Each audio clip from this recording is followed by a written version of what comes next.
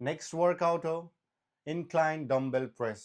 Same 4 working set, 8 to 10 reps. Go as heavy as you can. तर 8 to 10 reps आउनु पर्यो. Every 4 set मा 4 working set, 8 to 10 reps.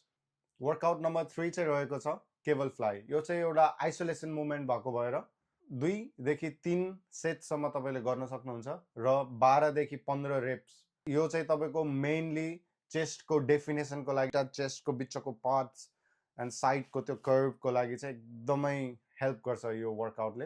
And last push-ups flat पनि गर्न सक्नुहुन्छ होइन भने तपाईँले इन्क्लाइन पनि गर्न सक्नुहुन्छ डिक्लाइन पनि गर्न सक्नुहुन्छ. 2 देखि 3 सेट गर्नुस्.